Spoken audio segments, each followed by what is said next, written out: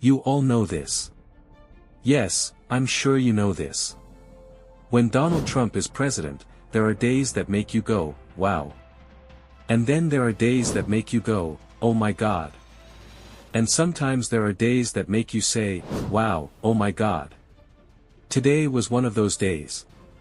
In fact, tonight's light-hearted story to begin our monologue is that it looks like the federal government, which is completely controlled by the Republican Party, is about to shut down in about 20 minutes. If anything changes, let me know, okay? If it does happen, it will cut a lot of important services and put thousands of people out of work, but not everyone. Air traffic controllers and most TSA employees are considered essential, so they'll have to stay on the job, even without pay. Perfect for anyone who's ever thought, I just wish this TSA agent groping me was also furious. You know, like squeezing an orange. Now, on to the serious news. Today, Defense Secretary Pete Hegseth gathered our top generals at Quantico for a rather unusual speech. The event was live-streamed, but Hegseth insisted that everyone be there in person. One analyst described it as an eyeball-to-eyeball kind of conversation. And I'm just saying, if you're that lonely, join a bowling league already. In his speech, Hegseth kept talking about his so-called warrior ethos. At one point he declared, if our enemies foolishly choose to challenge us, they will be crushed by the violence, precision, and ferocity of the War Department. Then he tried to deliver a big applause line, to our enemies, F.O. And the room just fell silent, like a bad joke that didn't land.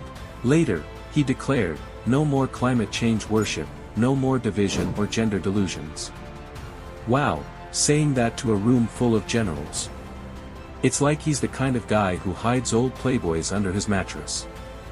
Hegseth also focused heavily on physical fitness.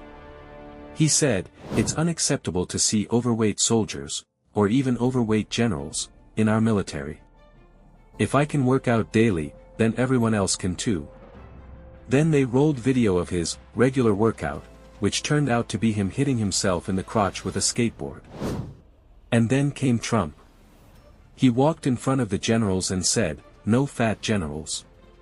But the hall was dead silent. Trump complained, I've never seen a room so quiet.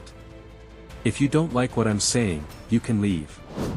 Yet the generals sat still, stone-faced like statues. Trump then moved into his bizarre philosophy about the N-word. He said, there are two N-words, and neither of them should ever be used. And Colbert added, yes, one you can never say, and the other you can only say if you're doing karaoke. Soon, Trump drifted into rambling about stairs and paper. He mocked Biden for falling down stairs, saying he himself was always very careful walking down. Colbert asked, what on earth are you even talking about? Then Trump said, for our generals, we use the most beautiful golden paper, strong paper, firm paper. Colbert joked, what kind of paper is this? Can we see it?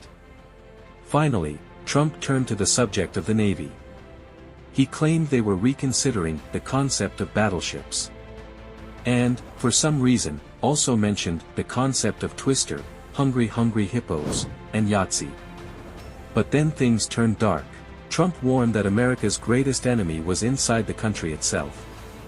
He said, I signed an executive order to train a quick reaction force to deal with internal threats. The enemy within must be stopped before it gets out of control. To which Colbert responded, so what, are these enemies just going to come out and declare themselves? At the end, Colbert wrapped up, we've got a great show for you tonight. Grammy Award-winning artist Sam Smith is here. But first, our friend Jimmy Kimmel. Stick around.